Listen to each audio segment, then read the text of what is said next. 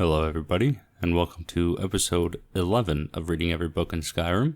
Today's book is 16 Accords of Madness, Volume 12, Malekith's Tale, by Anonymous.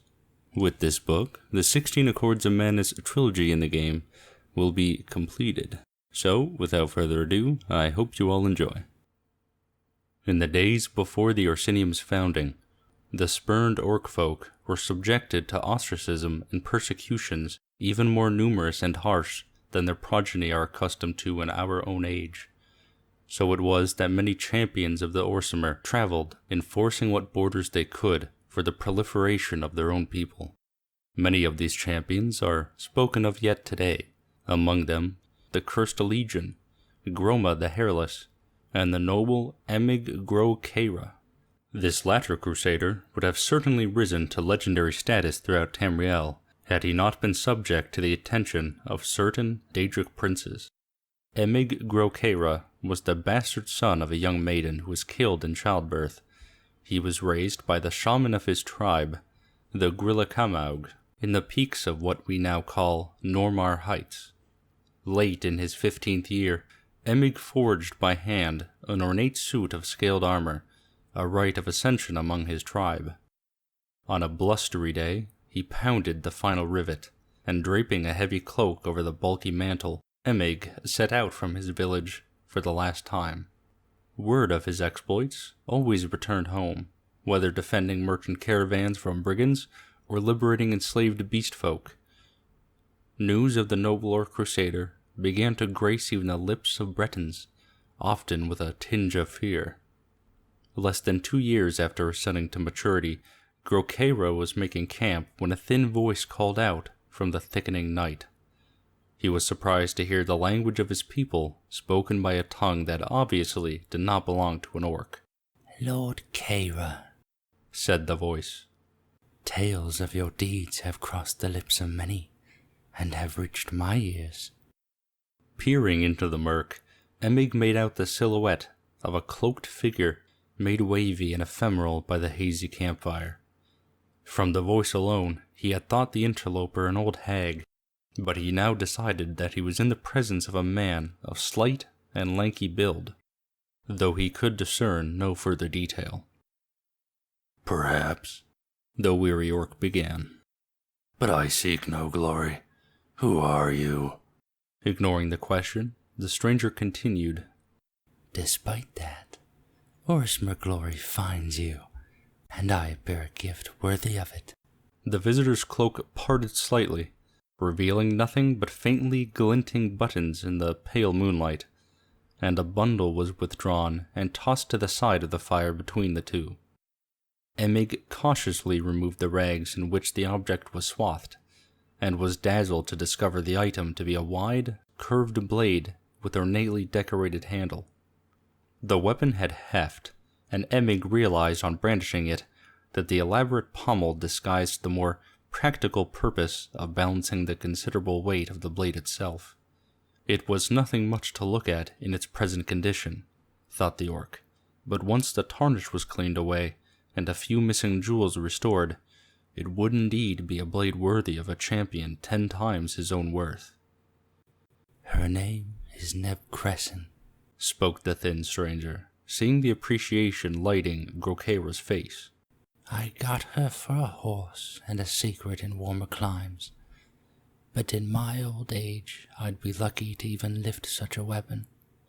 It's only proper that I pass her on to one such as yourself.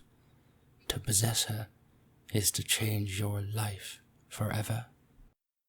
Overcoming his initial infatuation with the Ark of Honesteel, Emig turned his attention back to the visitor. "Your words are fine, old man," Emig said, not masking his suspicion.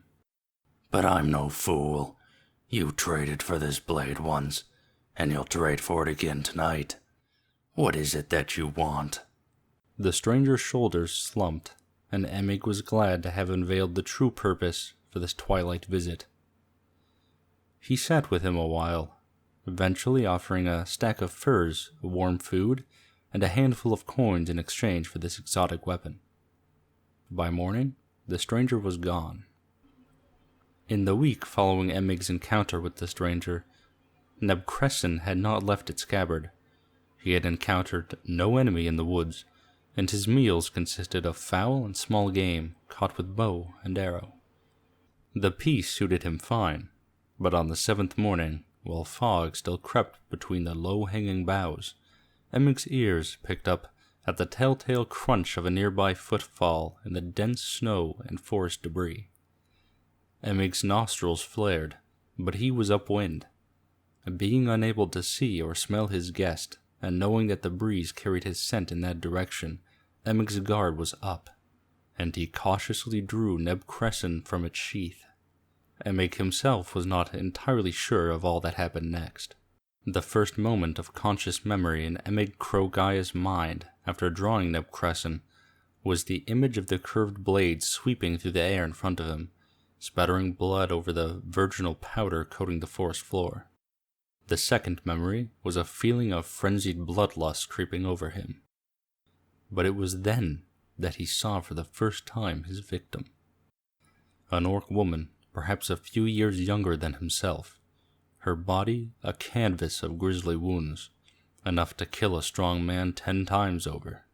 Emig's disgust overwhelmed the madness that had overtaken him, and with all his will enlisted, he released Neb Crescent from his grip and let the blade sail. With a discordant ringing, it spun through the air and was buried in a snowdrift.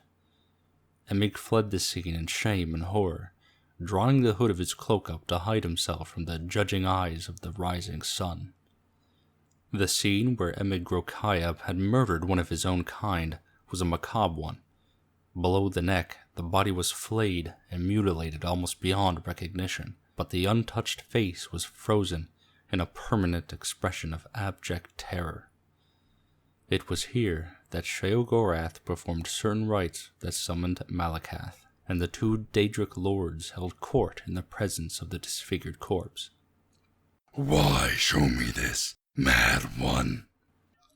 began Malakath, once he recovered from his initial wordless outrage. "Do you take such pleasure in watching me grieve the murder of my children?" His guttural voice rumbled, and the patron of the Orismer looked upon his counterpart with accusing eyes. "By birth, she was yours, brother outcast," began Sheogorath, solemn in aspect and demeanor. "but she was a daughter of mine by her own habits. My mourning here is no less than your own, my outrage no less great." "I am not so sure," grumbled Malakath. "but rest assured that vengeance for this crime is mine to reap. I expect no contest from you. Stand aside." As the fearsome prince began to push past him, Lord Sheogorath spoke again. "I have no intention of standing between you and vengeance. In fact, I mean to help you. I have servants in this wilderness, and can tell you where just to find our mutual foe.